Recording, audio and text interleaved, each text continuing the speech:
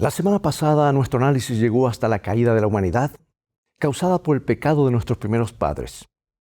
Esta semana es un breve resumen de todo el trimestre, ya que repasaremos cada uno de los primeros pactos que, a su manera, fueron manifestaciones de la verdad presente del verdadero pacto, que se ratificó en el Calvario con la sangre de Jesús, y que nosotros como cristianos hicimos con nuestro Señor. Y vamos a comenzar con el pacto que Dios hizo con Noé para evitar la destrucción de él y su familia, y del mundo, yo diría. Pero el mundo no lo aceptó. Luego continuaremos con el pacto de Abraham, tan rico y lleno de promesas para todos nosotros. Y luego con el pacto en el Sinaí y la importancia de lo que allí se proclamó. Y finalmente examinaremos el nuevo pacto al que todos los demás aludían o hacia el cual apuntaban. Bueno, ¿cuál fue el pacto que Dios hizo con Noé? ¿Qué esperanza había en el pacto con Abraham? ¿Qué papel juegan la fe y las obras en la parte del pacto que le toca al ser humano? ¿El pacto es solo una transacción o involucra aspectos relacionales? Toma tu Biblia y en un momento más regresaré.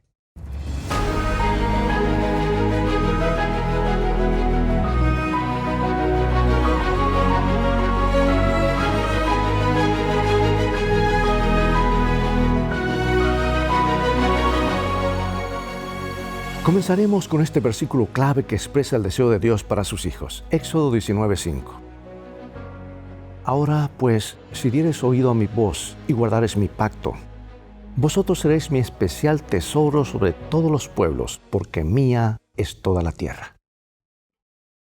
Originalmente, Dios entabló una relación amorosa con los padres de la humanidad, Adán y Eva. Dios busca ahora restablecer esa relación amorosa con nosotros mediante un nuevo pacto. Un pacto que representa una relación comprometida entre Dios y la humanidad, centrada en el plan de salvación. Al igual que el pacto matrimonial, el pacto bíblico define tanto una relación como un acuerdo. Y al ser un acuerdo, el pacto bíblico contiene estos elementos básicos. Dios confirma las promesas del pacto con un juramento. Y el compromiso del pacto era la obediencia a la voluntad de Dios según lo expresan los 10 mandamientos. El medio por que finalmente se cumple el compromiso del pacto de Dios es a través de Cristo y el plan de salvación. Ahora, ¿cómo puedes ver esos factores en acción en tu propia experiencia con el Señor? Porque de eso se trata la vida cristiana. Ahora, el verdadero significado de la gracia se manifiesta en el concepto de pacto. El término pacto o la palabra hebrea berit también enfatiza la propia iniciativa de Dios para salvar a la humanidad. Por ende, un pacto es un acuerdo constitucional divino, dado a los seres humanos, para que puedan servir solo a Yahvé, o sea, Jehová. Y mediante el pacto de gracia, Cristo se ofrece a tener una relación especial con la humanidad. Promete ser tanto el Dios del pacto y nuestro emancipador redentor. Vamos a ver estos conceptos básicos del pacto, porque las Escrituras describen 3 significados distintivos de gracia. Y esta es una palabra clave en esto del pacto, porque Dios es el quien nos da ese regalo. Porque la gracia significa los actos amorosos de Dios hacia los pecadores que no lo merecen. La gracia señala el maravilloso carácter de Dios, y gracia sugiere que Dios nos da la fuerza para vencer. En el Nuevo Testamento, el equivalente del término hebreo gracia, chen, es el modismo griego diatheke, que se refiere a un testamento o a un regalo. Al igual que el pacto, el testamento, que sea un documento legal, es un regalo gratuito para una persona o grupo que no tiene ningún derecho legal sobre él. Por lo tanto, un testamento también es un modelo apropiado de la gracia de Dios. En el Antiguo Testamento, el sistema sacrificial de tipos instruía al pueblo con respecto a todo el plan de salvación. Y a través de estos símbolos, los patriarcas e Israel aprendieron a ejercer fe en el Redentor venidero. Y a través de sus ritos, ahora el penitente podía encontrar el perdón del pecado y librarse de la culpa. Y de este modo se podían retener las bendiciones del pacto. Y por ende el crecimiento espiritual o la restauración a la imagen de Dios en la vida podía continuar, incluso cuando la humanidad no cumplía con su parte del trato o de este pacto. Veamos ahora el pacto con Noé. Vamos a Génesis capítulo 6, versículo 18. Génesis 6, 18. Mas estableceré mi pacto contigo y entrarás en el arca tú, tus hijos, tu mujer y las mujeres de tus hijos contigo. Bueno, en el versículo anterior aparece la palabra pacto por primera vez en la Biblia. Y en este contexto Dios acaba de contarle a Noé su decisión de destruir la tierra debido a la propagación masiva y continua del pecado, de continuo hacia el mal, dice la Escritura.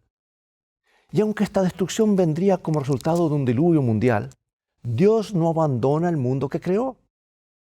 Él sigue ofreciendo una relación de pacto puesta en marcha, aún después de la caída. Porque el yo divino que ofrece el pacto es también el fundamento de la seguridad de Noé.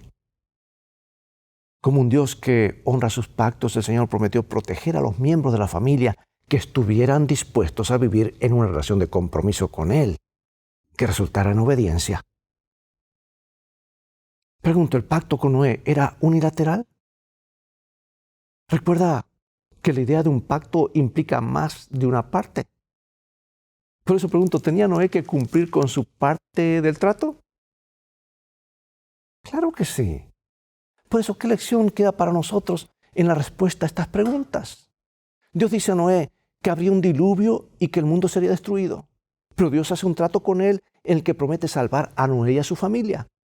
Por lo tanto, había mucho en juego, porque si Dios no cumplía su parte de la promesa, sin importar lo que hiciera Noé, éste habría sido aniquilado con el resto del mundo. Dios aseguró que haría un pacto con Noé.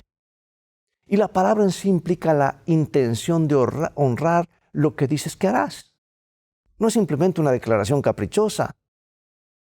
La misma palabra está cargada de compromiso. Ahora supongamos que el Señor hubiese dicho a Noé, mira, el mundo va a terminar en un diluvio terrible y yo podría salvarte o no. Mientras tanto, haz esto, esto y luego veremos qué sucede. Pero no te voy a dar ninguna garantía. ¿Sabes? Esas declaraciones difícilmente responden al tipo de seguridad y promesa que se encuentra en la palabra del pacto. Porque algunos han argumentado que el diluvio de Noé no fue mundial, sino que simplemente fue un diluvio local. Si es así, entonces, en el contexto de lo que Dios promete en Génesis 9:15, en Isaías 54, cada vez que hubiese otra inundación local, y al parecer ocurre todo el tiempo, ¿verdad? La promesa del pacto se rompe entonces. En contraste, el hecho de que no haya habido otro diluvio mundial, universal, prueba la validez de la promesa del pacto de Dios. En resumen, ¿qué nos dice esto acerca de cómo podemos confiar en sus promesas? Habla mucho, ¿verdad? Dios siempre cumple lo que promete. Pasemos ahora al pacto con Abraham. Vamos a Génesis capítulo 12, versículo 3. Y bendeciré a los que te bendijeren, y a los que te maldijeren maldeciré, y serán benditas en ti todas las familias de la tierra. ¿Cómo fueron bendecidas en Abraham todas las familias de la tierra? Veamos cómo presenta esto el Nuevo Testamento y la promesa de Jesús, el Mesías. Esto está en Gálatas capítulo 3. La Biblia se complementa, es maravilloso y se explica a sí misma. Dice Gálatas 3, 6 y luego versículo hasta el 9 y luego el 29. Así Abraham creyó a Dios y le fue contado por justicia. Sabed, por tanto, que los que son de fe, estos son hijos de Abraham. Y la Escritura, previendo que Dios había de justificar por la fe a los gentiles, dio de antemano la buena nueva a Abraham, diciendo, en ti serán benditas todas las naciones. De modo que los de la fe son bendecidos con el creyente Abraham. Y si vosotros sois de Cristo, ciertamente el linaje de Abraham sois, y herederos según la promesa. Hermosas palabras. Porque en esta, la primera revelación divina a Abraham que se registra, Dios prometió entablar una relación estrecha y duradera con él, incluso antes de usar un lenguaje relacionado con hacer pactos. Las referencias directas al pacto que Dios haría, pues vendrían tiempo más tarde, pero por el momento, Dios ofrece una relación divino-humana de gran importancia. La repetición en tiempo futuro, que dice mostraré, haré, bendeciré, que está en Génesis 12, del 1 al 3, sugiere la profundidad y la grandeza del ofrecimiento y de las promesas de Dios. Además, Abraham recibe una orden única pero difícil. Dice, vete de tu tierra. Y él obedeció por fe, pero no para lograr las bendiciones prometidas. Su obediencia fue la respuesta de fe a la relación amorosa que Dios deseaba establecer. En otras palabras, Abraham ya creía en Dios, ya confiaba en su Señor, ya tenía fe en las promesas divinas. Tenía que confiar. De lo contrario, por empezar, nunca habría dejado a su familia y la tierra ancestral para dirigirse a lugares desconocidos. Confiaba plenamente en Dios. Y su obediencia reveló su fe tanto a los hombres como a los ángeles. Abraham ya entonces reveló relación clave entre la fe y las obras. Somos salvos por la fe, una fe que da como resultado obras de obediencia. Y la promesa de salvación viene primero, luego las obras, como una respuesta. Y aunque no puede haber comunión de pacto ni bendiciones sin obediencia, ¿escuchaste? No puede haber un pacto sin obediencia. Esa obediencia es la respuesta de fe a lo que Dios ya ha hecho. Esa fe se ilustra muy bien. Ilustra en el principio que está allí mencionado en 1 San Juan capítulo 4, versículo 19. Nosotros le amamos a Él, a Dios, porque Él nos amó primero. O sea que Génesis 15, 6 nos dice que creyó a Jehová y le fue contado por justicia. ¿Cómo muestra esto de muchas maneras la base de todas las promesas del pacto? ¿Por qué esta bendición es la más preciosa de todas? Es que, amigo y amiga, tener a Dios y entrar en un pacto con Él es tener todo. Vamos ahora al pacto con Moisés. Y esto está en el libro de Éxodo. Vamos al segundo libro de la Biblia, Éxodo capítulo 6, versículos 1 al 8, y veamos de qué pacto está hablando aquí. Jehová respondió a Moisés, ahora verás lo que yo haré a Faraón, porque con mano fuerte los dejará ir, y con mano fuerte los echará de su tierra. Habló todavía Dios a Moisés y le dijo, yo soy Jehová. Y aparecí a Abraham, a Isaac y a Jacob, como Dios omnipotente, mas en mi nombre Jehová no me di a conocer a ellos. También establecí mi pacto con ellos, de darles la tierra de Canaán, la tierra en la que fueron forasteros y en la cual habitaron. Asimismo yo he oído el gemido de los hijos de Israel, a quienes hacen servir los egipcios, y me he acordado de mi pacto.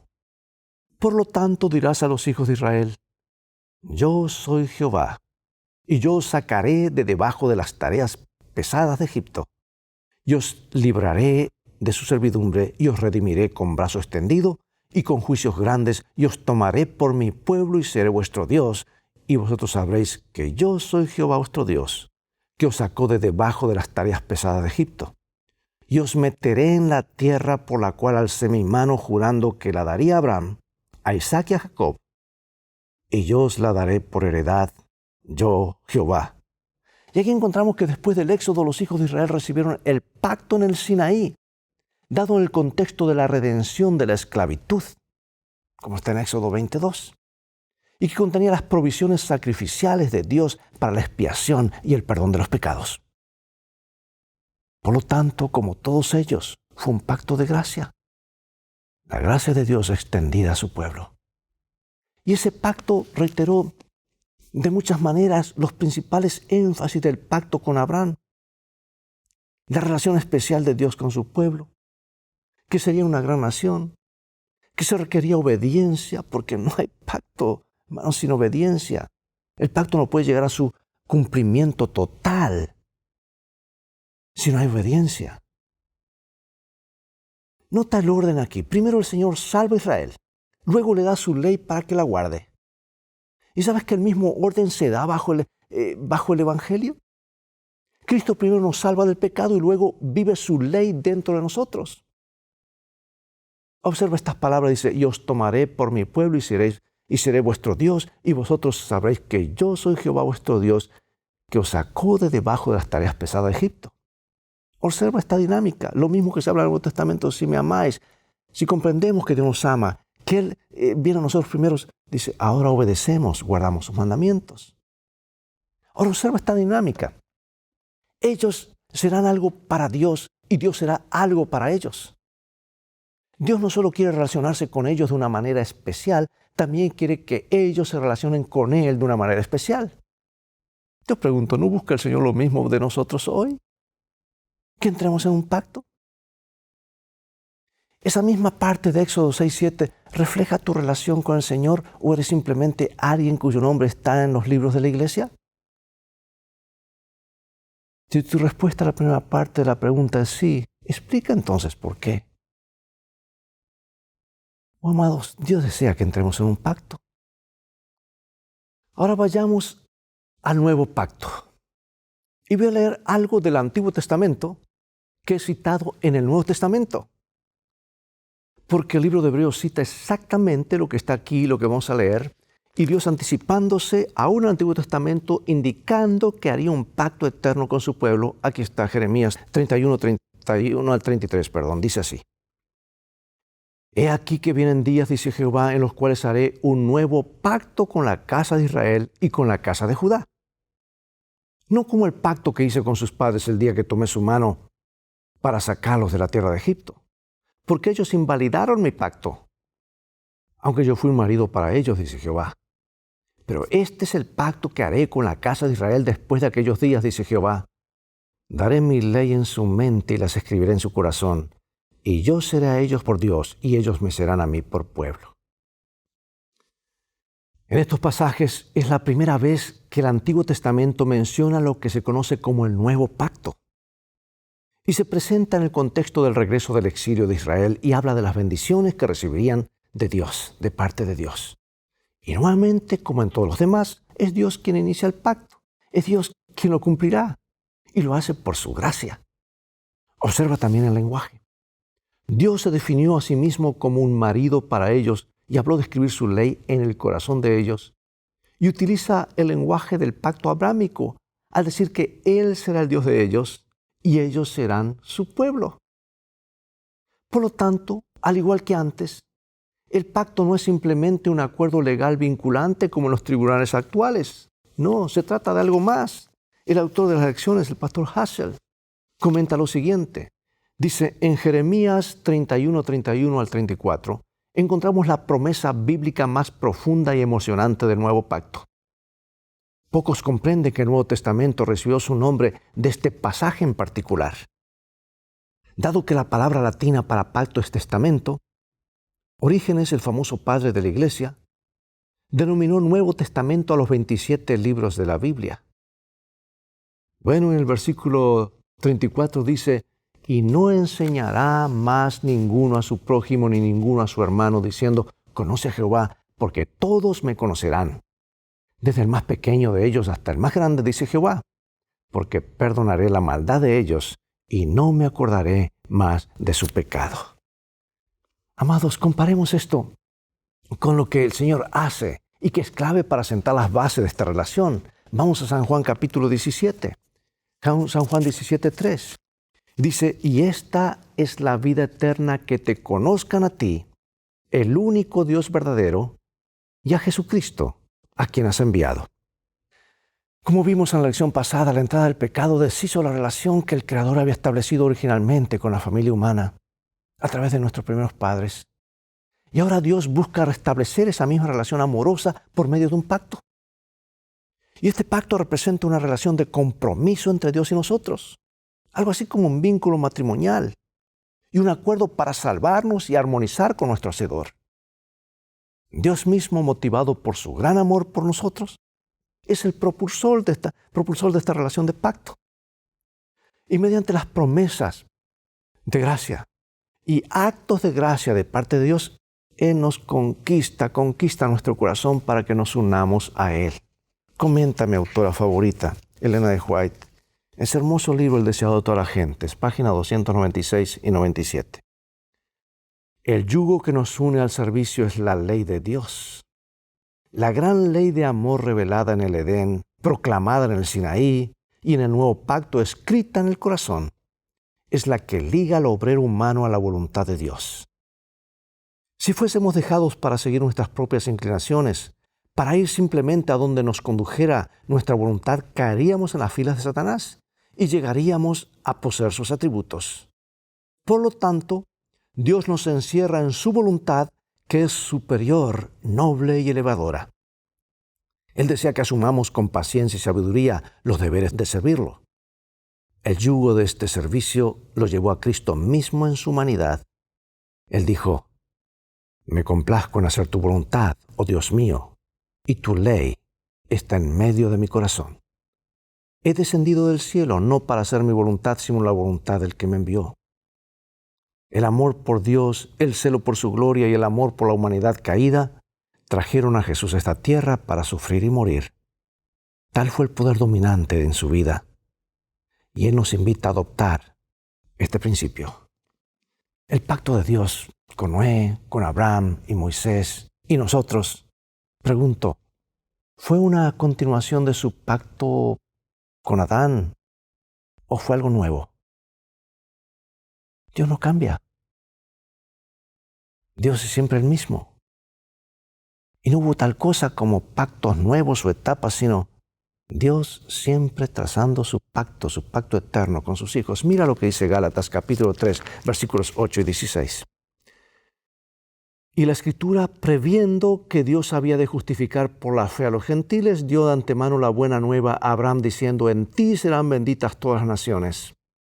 Ahora bien, a Abraham fueron hechas las promesas y a su simiente. No dice «y a las simientes» como si hablase de muchos, sino como de uno. Y a tu simiente, la cual es Cristo.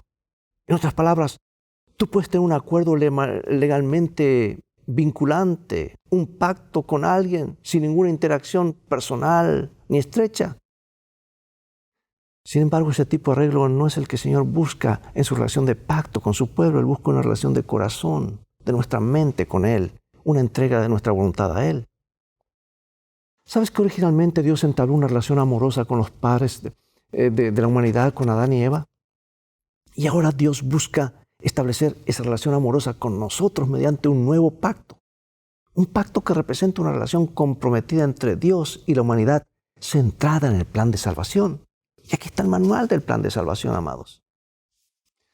Antes de la Segunda Guerra Mundial, una mujer viajaba por el país de Georgia e iba en camino hacia Moscú.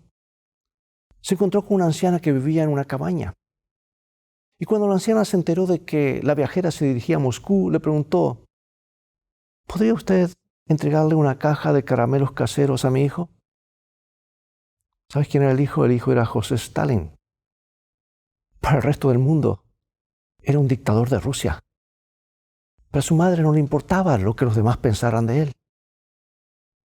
El amor de Dios es como el de la madre de Stalin. No importa cuán malos seamos a la vista de los demás, Dios seguirá amándonos. Considera en qué medida esta clase de amor nos lleva para establecer una relación de pacto con Él. ¿Qué papel juega nuestra fe cuando entendemos que Dios da el primer paso hacia la reconciliación? Y cuando ejercitamos nuestra fe, ¿cómo afecta el primer paso de Dios hacia nuestras obras y los actos cotidianos? En otras palabras, ¿qué es lo que estamos haciendo en respuesta a lo que Dios hace? Da un ejemplo de los peligros que enfrentamos si anteponemos las obras a la fe. Es lo que el diablo quiere. Que hagamos cosas y luego pensemos en Dios, un Dios que nos salva.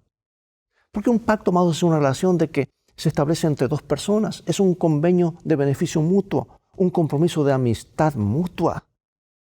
Y cuando eso ocurre en el marco de amor, en el marco de esa relación, es cuando se hacen obras que realmente glorifican el pacto. En la Biblia repetidamente vemos a Dios dando el primer paso para iniciar una relación de pacto. Y así es como siempre comienza. Ahora, nos preguntamos si es de beneficio mutuo para ambas partes, ¿por qué esperamos que Dios venga a nosotros primero? Es que, amados, por nuestra naturaleza caída nunca vamos a ir a Dios a menos que nos llame. Es su gracia, su amor que nos compele, nos llama. ¿Qué le dice al universo la persistencia de Dios en la búsqueda de la humanidad perdida? Dios es amor y seguirá buscando hasta el final. Recuerda muy pronto el último sermón, muy pronto el último llamado, muy pronto la última persona entrará en un pacto y se cerrará el día de oportunidad para siempre. Porque Dios quiere cerrar este paréntesis para devolvernos lo que el diablo nos robó. Y para finalizar, algunas preguntas de reflexión. ¿Sabes tú que la Biblia habla de varios pactos y culmina con el nuevo pacto?